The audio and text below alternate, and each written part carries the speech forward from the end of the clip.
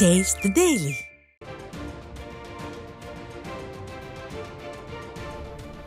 தேனி மாவட்டம் போடியில் கொட்டக்குடி ஆற்றில் ஏற்பட்ட வெள்ள நீர் விவசாய நிலங்களுக்குள் புகுந்ததால் விளைநிலங்கள் கடுமையாக பாதிக்கப்பட்டுள்ளன.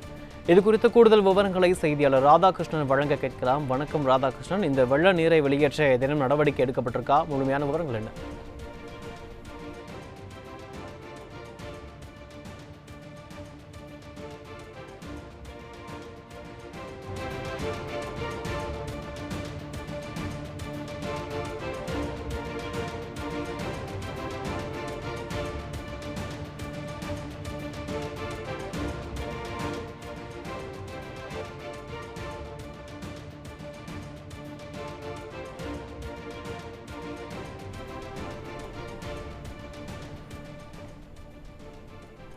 இது தொடர்பான கூடுதல் விவரங்களை நமது செய்தியாளர் ராதாகிருஷ்ணன் வழங்க கேட்கலாம். ராதாகிருஷ்ணன், அங்க இருக்கக்கூடிய முழுமையான கள நிலவரங்கள் என்ன பதிவு பண்ணலாம்?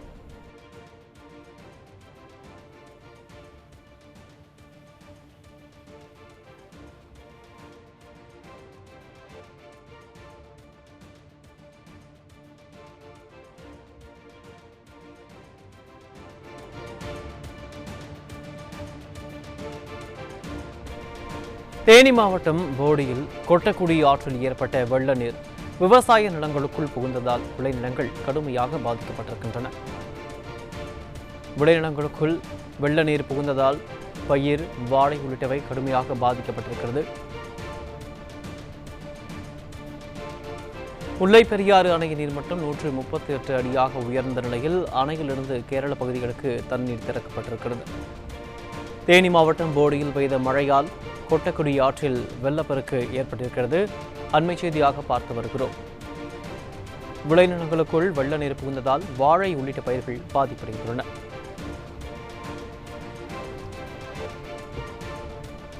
கூடுதல் விவரங்களை நமது செய்தியாளர் ராதாகிருஷ்ணன் வழங்க கேட்கலாம். வணக்கம் ராதாகிருஷ்ணன், இது தொடர்பான முழுமையான விவரங்கள் என்ன பதிவு பண்ணலாம்?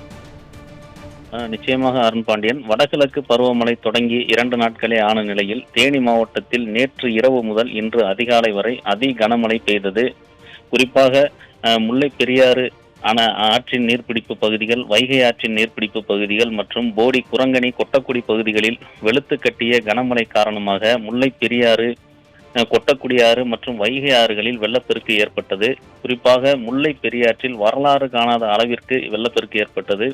ஆற்றிலிருந்து சுமார் 100 அடி உயரத்திற்கு மேலுள்ள சாலை பகுதிகளில் உள்ள மேம்பாலங்களை தொட்டு செல்லும் அளவிற்கு வெள்ள நீர் பெருக்கெடுத்து தொடர்ந்து ஓடி வருகிறது.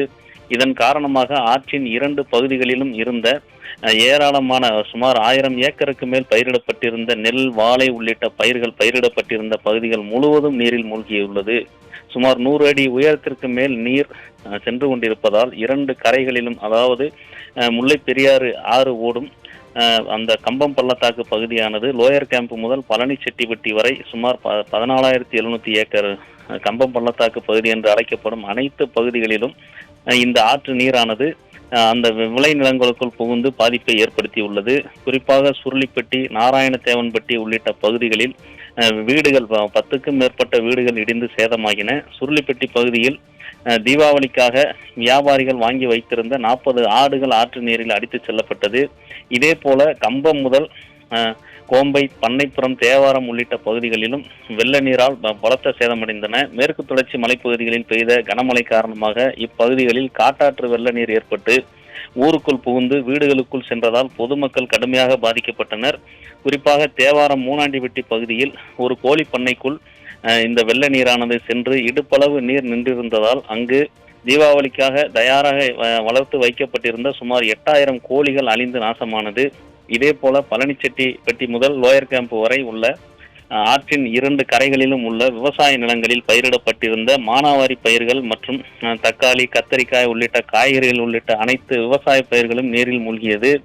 வைகை ஆற்றின் 2 கரைகளிலும் நீர் பெருக்கெடுத்து ஓடியதால் வருசநாடு முதல் குன்னூர் வரை வைகை ஆறு ஓடும் பகுதிகளில் 2 பகுதிகளிலும் பலத்த சேதம் அடைந்துள்ளது. குறிப்பாக வெள்ள நீரானது பல்வேறு ஊர்களுக்குள்ளும் வீடுகளுக்குள்ளும் புகுந்து பொதுமக்களின் இயல்பு வாழ்க்கை கடுமையாக பாதிக்கப்பட்டுள்ளது. போடி, கொட்டக்குடி ஆற்றிலும் வெள்ளப்பெருக்கு ஏற்பட்டதால் அப்பகுதிகளிலும் கடுமையான பாதிப்புகள் தற்போது ஏற்பட்டுள்ளது. முல்லை பெரியாறு அணைக்கு வினாடிக்கு 2000 கன அடி நீர் மட்டும் நேற்று காலை வந்து கொண்டிருந்த நிலையில் நேற்று நள்ளிரவு நீரின் அளவு 40,000 கன அடியாக அதிகரித்தது. அந்த அளவிற்கு பலத்த மழை பெய்துள்ளது. அதே போல வைகை அணைக்கும் நேற்று காலை வினாடிக்கு 2000 கன அடி நீர் மட்டுமே வந்து கொண்டிருந்த நிலையில் தற்போது வைகை அணைக்கு வரும் நீரின் அளவு 25,000 கன அடியாக உள்ளது. அதாவது முல்லை பெரியாறு ஆறு, வைகை ஆறு மற்றும் கொட்டக்குடி ஆறுகளிலிருந்து வரும் நீர் அனைத்தும் வைகை அணையை நோக்கி சென்று கொண்டிருப்பதால் வைகை அணைக்கு வரும் நீரின் அளவு வினாடிக்கு 25,000 கன அடியாக சென்று கொண்டுள்ளது. இதனால் மாவட்ட நிர்வாகம் சார்பாக முல்லை பெரியாறு, வைகை ஆறு, கொட்டக்குடி ஆறு உள்ளிட்ட பகுதிகளுக்கு பொதுமக்கள் சென்று குளிக்கவும், கால்நடைகளை குளிப்பாட்டவும் மற்றும் பார்வையிடவும் தடை விதிக்கப்பட்டுள்ளது. அதே போல தேனி மாவட்டத்தில் உள்ள சுருளி அருவி, மேகமலை அருவி உள்ளிட்ட அருவிகளிலும் கடுமையான வெள்ளப்பெருக்கு ஏற்பட்டுள்ளதால் அருவிகள் பகுதிக்கு செல்ல பொதுமக்களுக்கு தடை விதிக்கப்பட்டுள்ளது. ராதாகிருஷ்ணன், உங்களுடைய கூடுதல் விவரங்களுக்கு நன்றி.